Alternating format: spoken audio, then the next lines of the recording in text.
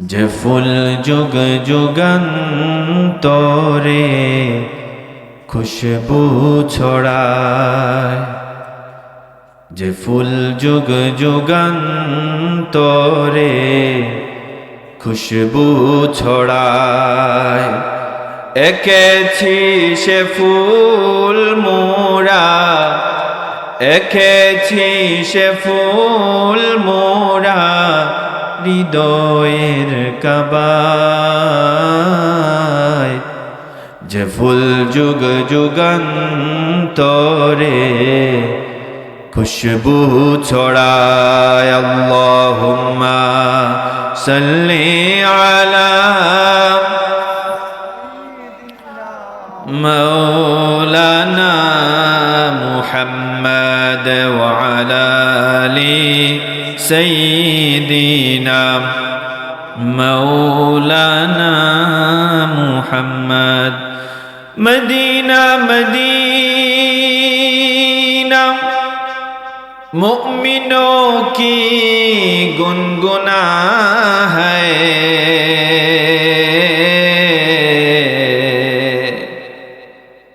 Medina Medina मुमिनों की गुनगुना है। दीदार मदीना आशिकों की तमन्ना है। अल्लाहुम्मा सल्ली अला मौलाना मुहम्मद व अला आलि सय्यिदिना मौलाना मुहम्मद। ला इलाहा इल्लल्लाह ला इलाहा इल्लल्लाह ला इलाहा इल्लल्लाह ला इलाहा हस्बी रब्बी जल्लल्लाह मा फी क़ल्बी गैरुल्लाह। नूर मुहम्मद सल्लल्लाहु ला इलाहा।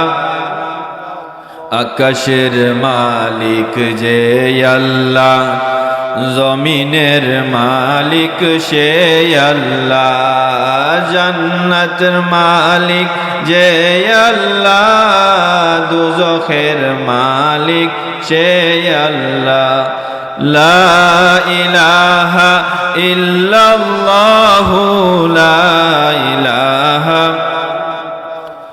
লা ইলাহা ইল্লাল্লাহ লা ইলাহা।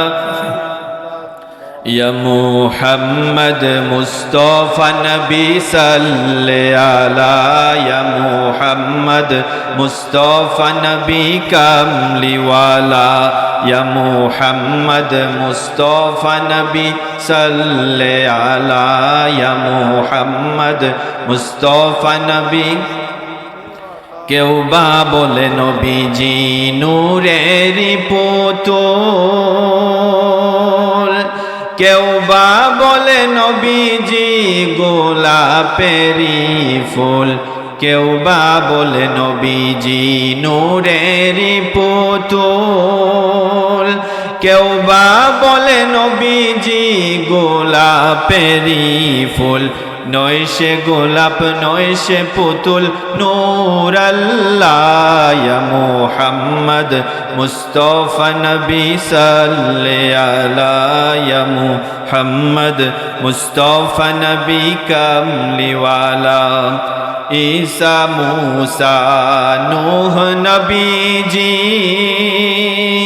করবেন সবে নফসি নফসি, উম্মতি উম্মতি বলবেন মদিনাওয়ালা।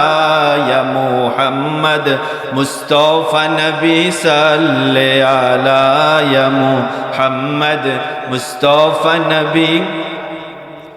ইয়া নবীজি মুস্তাফা নবী সাল্লি আলা, ইয়া নবীজি মুস্তাফা নবী কামলিওয়ালা লা ইলাহা ইল্লাল্লাহু মুহাম্মাদুর রাসূলুল্লাহ সাল্লাল্লাহু আলাইহি ওয়াসাল্লাম।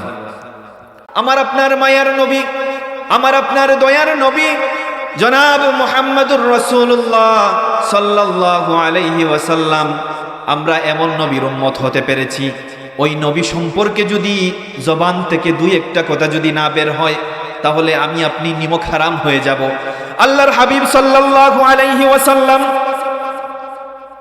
আমাদের মতো উম্মতদেরকে, গুনাহগার উম্মতদেরকে না দেখার পরেও আমার আপনার নবী আমাদেরকে কতটা ভালোবাসতেন, এই বিষয়গুলো যদি বিন্দু পরিমাণ আমরা জানতে পারি, তাহলে আল্লাহর হাবিব সাল্লাল্লাহু আলাইহি ওয়াসাল্লামের ঋণ আমরা কখনো শোধ করতে পারবো না। আমার আপনার নবী আজ থেকে নিয়ে প্রায় 1500 বছর পূর্বে, যখনও তার উম্মত এই দুনিয়ার মধ্যে এখনো আসে নাই, যারা তার সাথে ছিলেন তারা ছিল তার সাহাবী, তারা ছিল তার সাথী, তার সঙ্গী। এমন একজন নবীর আমরা উম্মত হয়েছি, যেই নবী হঠাৎ করে একদিন আল্লাহর হাবিব সাল্লাল্লাহু আলাইহি ওয়াসাল্লাম তার সাহাবায়ে কেরামদেরকে সাথে নিয়ে আমার আপনার নবী হঠাৎ করে একটা মাজমার মধ্যে বসা ছিলেন।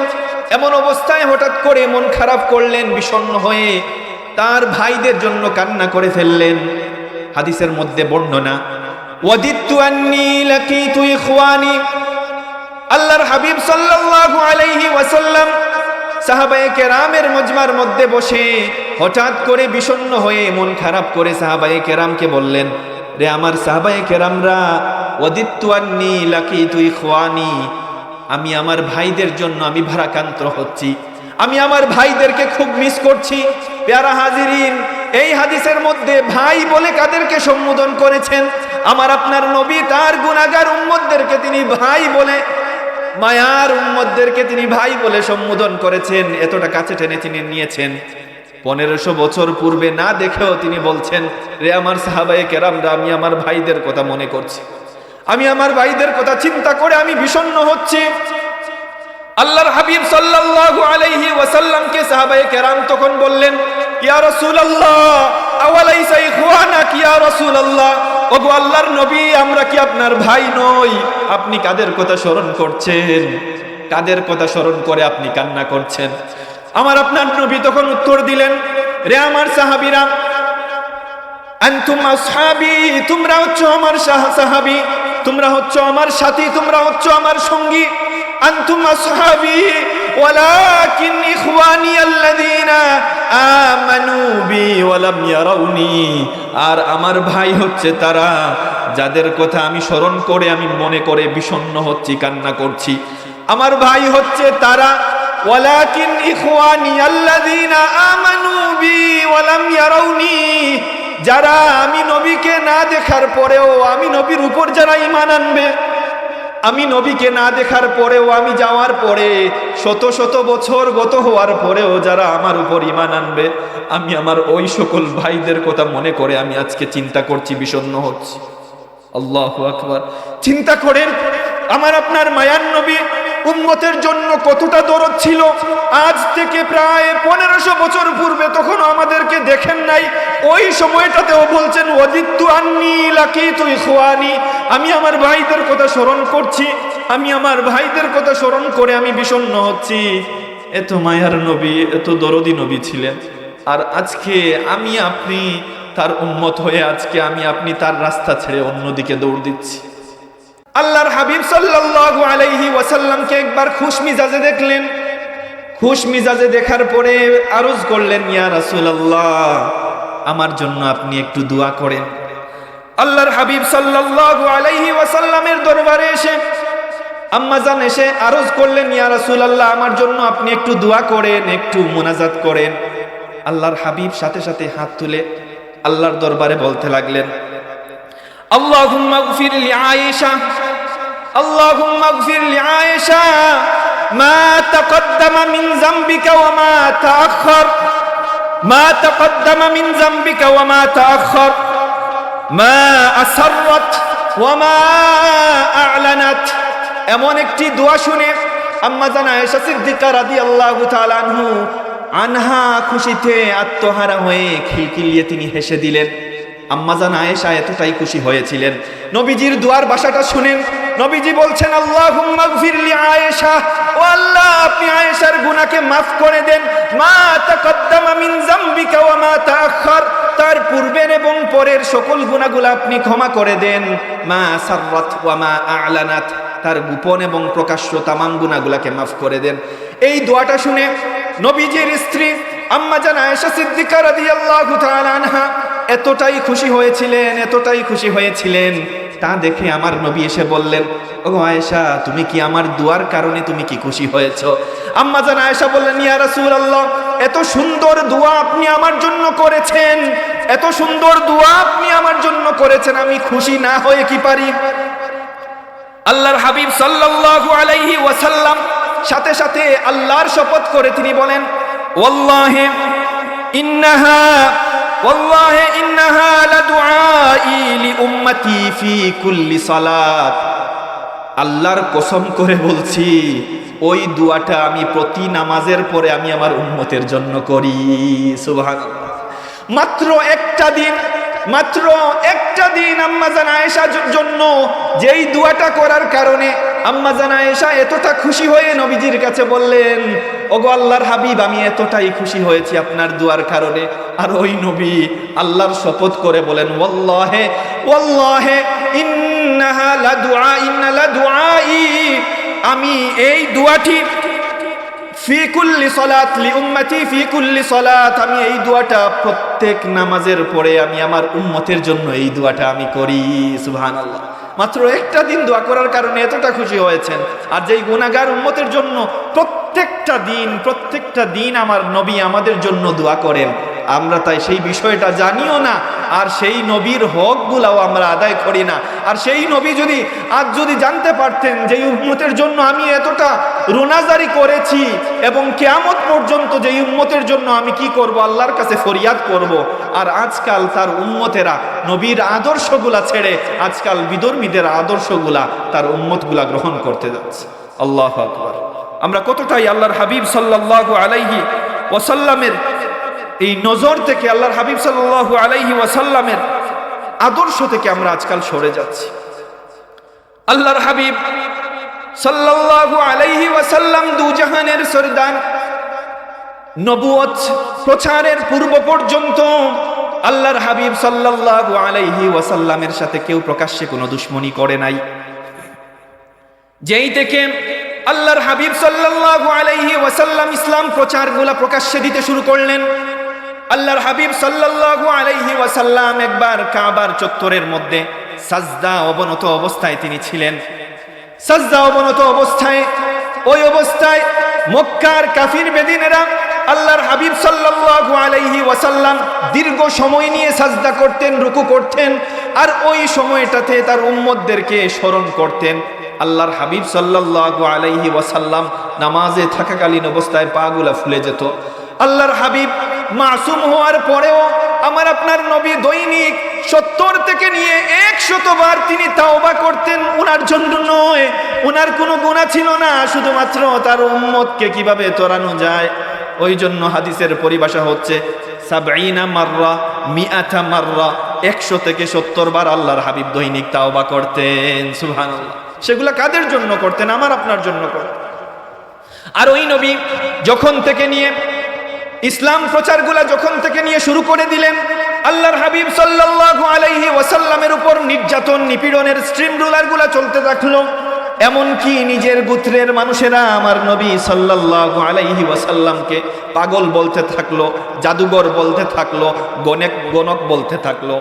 এই সকল বিভিন্নভাবে জবান দিয়ে, হাত দিয়ে প্রস্তর আঘাত করে আল্লাহর হাবিব সাল্লাল্লাহু আলাইহি ওয়াসাল্লামের দেহ মুবারক থেকে রক্ত মুবারক মাটি পর্যন্ত গড়িয়ে যেতে থাকলো। এমন অবস্থায় একদিন কাবার চত্বরের মধ্যে আমার আপনার নবী সাজদা অবনত অবস্থায় আছেন, আর ওই অবস্থায় কাফির বেদিনেরা আমার আপনার নবীর পিঠের মধ্যে বড় একটা উটের নাড়ি বুড়িগুলা আমার নবীর গায়ের মধ্যে, পিঠের মধ্যে এসে রেখে দিয়ে গেল। নবীজি সাল্লাল্লাহু আলাইহি ওয়াসাল্লামের ছোট্ট কন্যা ফাতিমা রাদিয়াল্লাহু তাআলা আনহা ওই উটের কাদাযুক্ত দুর্গন্ধযুক্ত নারী বুড়িগুলা আমার নবীর পবিত্র দেহ থেকে কষ্ট করে করে তিনি কি করলেন, ওই বিষয়গুলা সরালেন। ততক্ষণ পর্যন্ত আমার নবী উঠতে পারছিলেন না, এতটাই কষ্ট করেছিলেন সেটা কার জন্য? দেখেন, যতক্ষণ পর্যন্ত নবুয়ত প্রকাশ্যে প্রচার না করেছিলেন এত নির্যাতন নবীর উপর আসা নাই। যতক্ষণ পর্যন্ত উম্মতকে নিয়ে যত তার চিন্তাগুলা বেড়েছিল, নির্যাতন নিপীড়নের মানটা ততগুলা আরো অনেক গুণ বেড়ে গিয়েছিল। যেমন ভাবে তায়েফের ওই হৃদয় বিদারক ঘটনা যদি আমরা দেখি, আল্লাহর হাবিব সাল্লাল্লাহু আলাইহি ওয়াসাল্লাম সবচাইতে বেশি কষ্ট নির্যাতন ইতিহাস মানুষদেরকে নাড়া দেয় ওই তায়েফের ময়দানে। দুষ্ট ছোট ছোট ইতর বাচ্চাদেরকে ওই সময়কার কাফিরেরা আমার নবীর পিছনে তারা লেলিয়ে দিত। নবী সাল্লাল্লাহু আলাইহি ওয়াসাল্লামকে প্রস্তরাঘাত করত, মুখ দিয়ে তারা বুলিং করত, অশ্লীল বাণীগুলো আমার নবী সাল্লাল্লাহু আলাইহি ওয়াসাল্লামকে তারা বলতো। আমার আপনার নবী সাল্লাল্লাহু আলাইহি ওয়াসাল্লাম রাস্তা দিয়ে হাঁটছিলেন, আর ইতর ছেলেপেলে ছোটরাদেরকে লেলিয়ে দেওয়ার কারণে আমার নবীর পবিত্র দেহ মুবারক থেকে রক্ত মুবারক ঝরছিল। এমন অবস্থায় কতটা রহমতের নবী, কতটা দয়ার নবী, এই বিষয়টা যদি আমরা চিন্তা করি, আল্লাহ তাআলা সহ্য করলেন না তার নবীর উপরে তো নির্যাতন নিপীড়ন। সাথে সাথে সাইয়েদিনা জিবরাইল আলাইহিস সালাতু ওয়াস সালামকে আল্লাহ তাআলা অর্ডার করলেন, জমিনের মধ্যে পাঠিয়ে দিলেন। জিবরাইল আলাইহিস সালাতু ওয়াস সালাম আল্লাহর হাবিব সাল্লাল্লাহু আলাইহি ওয়াসাল্লামের পবিত্র দরবারে এসে বললেন, ইয়া রাসূলুল্লাহ ওয়া ইয়া হাবিবাল্লাহ, আপনি অনুমতি দেন, আল্লাহ আমাকে পাঠিয়েছেন, আপনি যদি অনুমতি দেন ওই আখশাবাইন নামক দুই পাহাড়ের পাদদেশকে আমি একত্রিত করে ওই তামাম কাফির বেদিনদেরকে আমি মিসাকার করে দিব। আল্লাহর হাবিব সাল্লাল্লাহু আলাইহি ওয়াসাল্লাম অনুমতি দেন নাই। তিনি বলেছিলেন, আমি আশা করি, আমি আশা রাখছি তাদের থেকে, তাদের সন্তানদের থেকে আল্লাহর নাম উচ্চারণ করনেওয়ালা, তাওহীদের বাণী উচ্চারণ করনেওয়ালা এক প্রকার মানুষ তাদের গোত্র থেকেই বের হয়ে আসবে। সুবহানাল্লাহ, এটা ছিল আমার নবীর আদর্শ। আর আমাদের উপর যদি এমন নির্যাতন আসতো আর আল্লাহ যদি কোনো এমন ক্ষমতা দিতেন, আমরা সাথে সাথে কি বলতাম, কেমন আচরণ করতাম? ধ্বংস করে দাও, মিসাকার করে দাও। কিন্তু আমার আপনার নবী সেটাও বলেন নাই। ঠিক তেমন ভাবে যদি আমরা মক্কা বিজয়ের পরে ইসলাম যখন, ইসলামের পতাকা যখন পথ করে যখন উড্ডয়ন হচ্ছিল, তখন আমার আপনার নবী যখন বীরের বেশে ওনার নিজ ভূমিতে যখন আবার ফিরে এসেছিলেন, নিজ ভূমিতে ফিরে আসার পরে আমার আপনার নবী সাল্লাল্লাহু আলাইহি ওয়াসাল্লাম যখন মক্কার জমিনে আসলেন, কাফির বেদিন উতবা সাহেবা এরকম বড় বড় কাফিরেরা বয়ে থরথর করে তারা কাঁপছিল। আজকে আব্দুল্লাহর বেটা মুহাম্মদ আজকে আবার ফিরে আসছে। কিন্তু আমার আপনার নবীর আদর্শ দেখেন, ওই সময়টাতে আল্লাহর হাবিব সাল্লাল্লাহু আলাইহি ওয়াসাল্লাম ফিরে আসার পরে যখন কাফির বেদিনদেরকে চাইলে অনেক বড় বড় নির্যাতন নিপীড়নের মাধ্যমে প্রতিশোধ গ্রহণ করতে পারতেন, কিন্তু আমার আপনার নবী প্রতিশোধের নবী নয়। আমার আপনার নবী নিজের ব্যক্তিগত কারণে একটা ইতিহাস হোক, হাদিস হোক, সিরাত হোক, কোনো কিছুর মধ্যে সেই বর্ণনা পাবেন না নিজেকে আঘাত করার কারণে আল্লাহর হাবিব সেই আঘাতের বদলাটা জীবনেও নেন নাই। সুবহানাল্লাহ, সেই নবীর উম্মত আমরা। আল্লাহর হাবিব যখন মক্কায় যখন বীরের বেশে যখন আসলেন, আমার আপনার নবী তখন মক্কাবাসীদেরকে এই অভয়টা দিয়েছিলেন। তিনি বলেছিলেন, রে মক্কাবাসীরা, আমি চাইলে আমার কাছ থেকে তোমরা কোন জিনিসটা এখন আশা করো, আমি কোন জিনিস চাইলে এখন করতে পারো। কাফিরেরা তারা তো জানে নবীজি তখন মক্কাটা তখন বিজিত, মুসলমানদের হাতে তখন ক্ষমতা ছিল, আল্লাহর হাবিব যা ইচ্ছা তাই করতে পারতেন। কিন্তু আমার আপনার নবী সম্পর্কে তারা কি করেছিল, ভালো পজিটিভ তারা ধারণা করেছিল। ঠিক তেমনটাই আমার নবীজি বললেন, আনতুমুত তুলাকা লা তাসরিবা আলাইকুমুল ইয়াউম, আনতুমুত তুলাকা, তোমাদেরকে আমি মুক্ত করে দিলাম, তোমাদেরকে মুক্ত করে দিলাম। আনতুমুত তুলাকা লা তাসরিবা আলাইকুমুল ইয়াউম, আজকে নবীজি কোনো আর বদলা নিলেন না, তাদেরকে একেবারে সবাইকে একত্রে আল্লাহর নবী মাফ করে দিলেন। সুবহানাল্লাহ, সেই নবী ছিলেন আল্লাহর হাবিব সাল্লাল্লাহু আলাইহি ওয়াসাল্লামের, আমরা সেই উম্মত হতে পেরেছি। আমার আপনার নবী শুধুমাত্র দুনিয়ার জমিনের মধ্যে নয়, আমরা তো বুঝি না নবীর সুন্নতগুলা মানতে আমাদের মনের মধ্যে সেই ভালোবাসাটাও জন্মে না। কিসের জন্য নবীজিকে ভালোবাসবো, কিসের জন্য আমরা নবীজির সুন্নাহকে ভালোবাসবো, তার সিরাতগুলাকে, তার সুরতগুলাকে আমরা ফলো করব, তার আদর্শগুলাকে আমরা বাস্তবায়ন করব। এই যে নবীজি আমাদের জন্য এতটা পরিশ্রম, এতটা শ্রম, এতটা সাধনা, সারাটা জীবন যদি দেখি, নবীজির জীবনী যদি আমরা অধ্যয়ন করি, আমার আপনার নবী এতিম নবী ছিলেন। জন্মের পূর্বেই পিতাকে হারালেন, জন্মের পরে শৈশবকালে মাতাকে হারালেন, দাদাকে হারালেন, স্ত্রীকে হারালেন। গ্রামের মানুষেরা, গোত্রের মানুষেরা নবীকে কষ্ট দিল, এমন নির্যাতন নিপীড়নের পরেও সব সময় নিজের জন্য কোনো কিছু ফরিয়াদ করেন নাই। নবীজি ছিলেন মুস্তাজাবুদ দাওয়া, আল্লাহর কাছে চাইতে দেরি হতো, আমার আল্লাহ সুবহানাহু তাআলা তার নবীকে, নবীর দোয়াকে কবুল করে নিতেন। এমন একটা, প্রত্যেকটা নবীকে এমন একটা মুস্তাজাবুদ দাওয়ার অধিকারী করে দেওয়া হয়েছিল। ঠিক তেমন ভাবে ওই সবচাইতে বড় দোয়া কবুলের যেই সুযোগ, যেটা নবীজি চাইলে বলতে পারতেন, ইয়া আল্লাহ, ওগো আমার আল্লাহ, আমি যদি আমার জীবনের যেই কষ্টগুলো আছে, যেই নির্যাতন নিপীড়নগুলো আছে, এই যেই দোয়া কবুলের সুযোগটা দিয়েছেন, এই সুযোগটা কাজে লাগিয়ে আমার জীবনকে সুখময় করে দাও। আমার জন্য কোনো দোয়া করেন নাই নবীজি, সব সময় এমনকি ওই বিশেষ মুস্তাজাবুদ দাওয়াটা রেখে দিয়েছেন আমার আপনার নবী তার উম্মতদেরকে কিয়ামতের দিনে কিভাবে তরানো যায় সেজন্য। সুবহানাল্লাহ। আল্লাহর হাবিব সাল্লাল্লাহু আলাইহি ওয়াসাল্লাম কিয়ামতের দিনে আমাদের জন্য কতটা দয়াশীল নবী হবেন। আমরা যদি আল্লাহর হাবিব সাল্লাল্লাহু আলাইহি ওয়াসাল্লামের সিরাতগুলা যদি দেখি, যখন এই পৃথিবীটা যখন ধ্বংস হয়ে যাবে, আমার আল্লাহ সুবহানাহু তাআলা কিয়ামতের বর্ণনা দেন, ইযাস সামাউন ফাতারাত ওয়া ইযাল কাওয়াকিবুন তাসারাত। কিয়ামতের সময় যখন আকাশগুলা বিদীর্ণ হয়ে যাবে, আকাশগুলা যখন বিদীর্ণ হয়ে যাবে, ইযাস সামাউন ফাতারাত ওয়া ইযাল কাওয়াকিবুন তাসারাত, যখন নক্ষত্রগুলা যখন জমিনের মধ্যে যখন কি করবে, খসে খসে যখন পড়বে, চন্দ্রের আলো, সূর্যের আলোগুলা যখন নিভে যাবে, সূর্যকে যখন মাথার উপরে যখন চলে আসবে, পাহাড়গুলা ধুলোয় যখন তুলোর মতো যখন উঠতে থাকবে, কিয়ামতের ময়দানে তো বিভীষিকাময় একটা মুহূর্ত।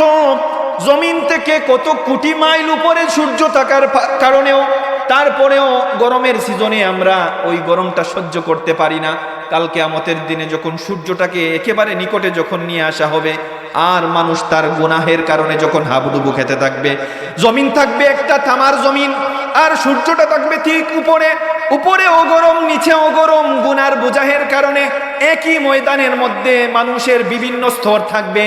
তার ঘামের কারণে কেউ গলা অবধি, কেউ কোমর অবধি, মানুষের গুনাহের বোঝা অনুযায়ী নিজ নিজ কর্মফল অনুযায়ী সেই ময়দানে থাকবে। এমন একটা ভয়াল ময়দানে যেখানে প্রত্যেক নবীরা পর্যন্ত কি থাকবে, তারা নিজেদের জন্য নফসি নফসি করতে থাকবে, তাদের উম্মতদের কথা চিন্তা। কিয়ামতের একটা লম্বা একটা সময়, তখনও বিচার কিন্তু কায়েম হবে না। মানুষ কিসের জন্য তখন অপেক্ষা করছে? মানুষ অপেক্ষা করছে আল্লাহ যেন তাড়াতাড়ি বিচার কার্যটা যখন সম্পাদন করে দেয়, কিন্তু বিচারের কার্য এখনো শুরু হয় নাই। ওই সময়টাতে আমার আপনার নবী সাল্লাল্লাহু আলাইহি ওয়াসাল্লাম তার উম্মতদেরকে কিভাবে তোরাবেন দেখেন। প্রথমে যাওয়া হবে সাইয়্যিদিনা আদম আলাইহিস সালাতু ওয়াস সালামের কাছে। সকল উম্মতেরা সুপারিশের জন্য যাবে। আদম আলাইহিস সালাতু ওয়াস সালাম বলবেন, লাস্তু লাহা, আমি এর জন্য উপযুক্ত নই, আমি এর জন্য উপযুক্ত নাই, তোমরা অন্য নবীর কাছে যাও।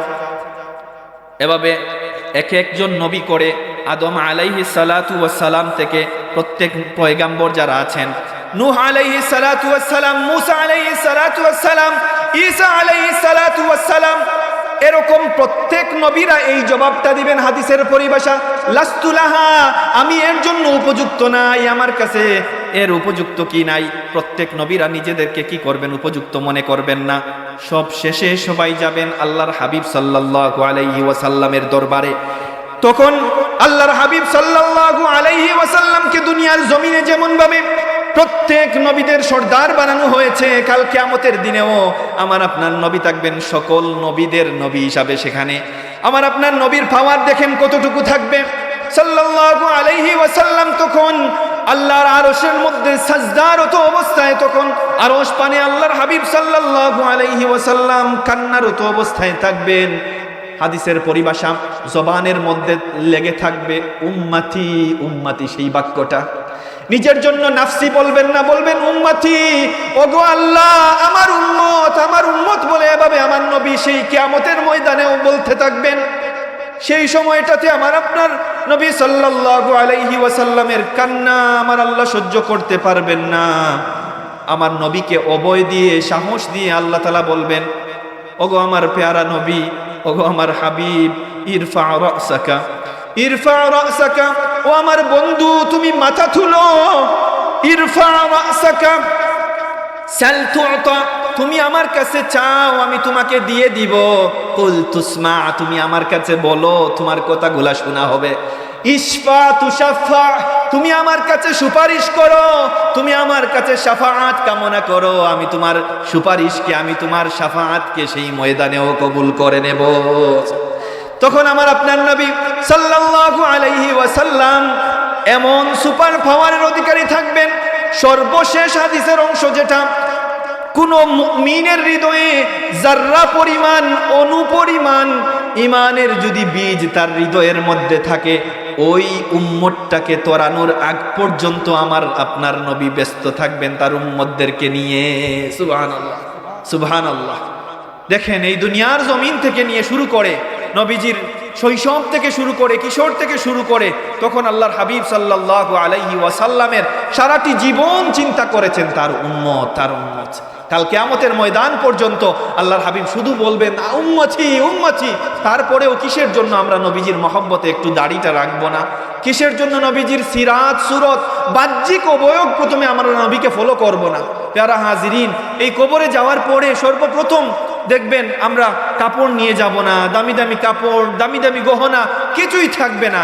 পুরুষের ক্ষেত্রে থাকবে আল্লাহর হাবিব সাল্লাল্লাহু আলাইহি ওয়াসাল্লামের পবিত্র সুন্নাহ মোবারক।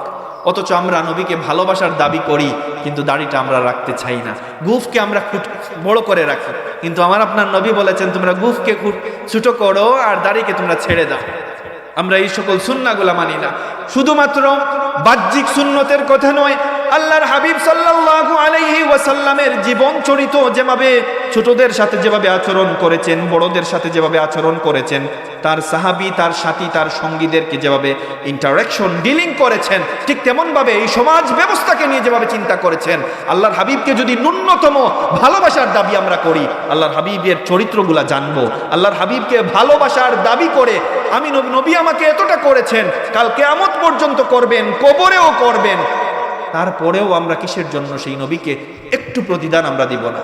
আমার সারা জীবনও যদি চলে যায়, প্রতিদান দিয়ে আমি শেষ করতে পারবো না, তারপরেও আমরা বিন্দু পরিমাণ হলেও চেষ্টা করি না।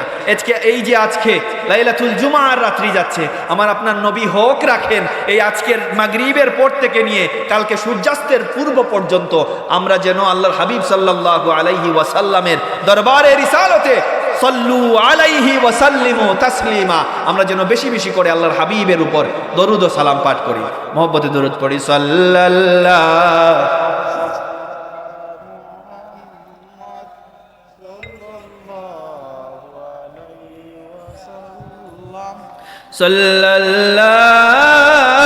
আলা মুহাম্মাদ সাল্লাল্লাহু আলাইহি ওয়াসাল্লাম।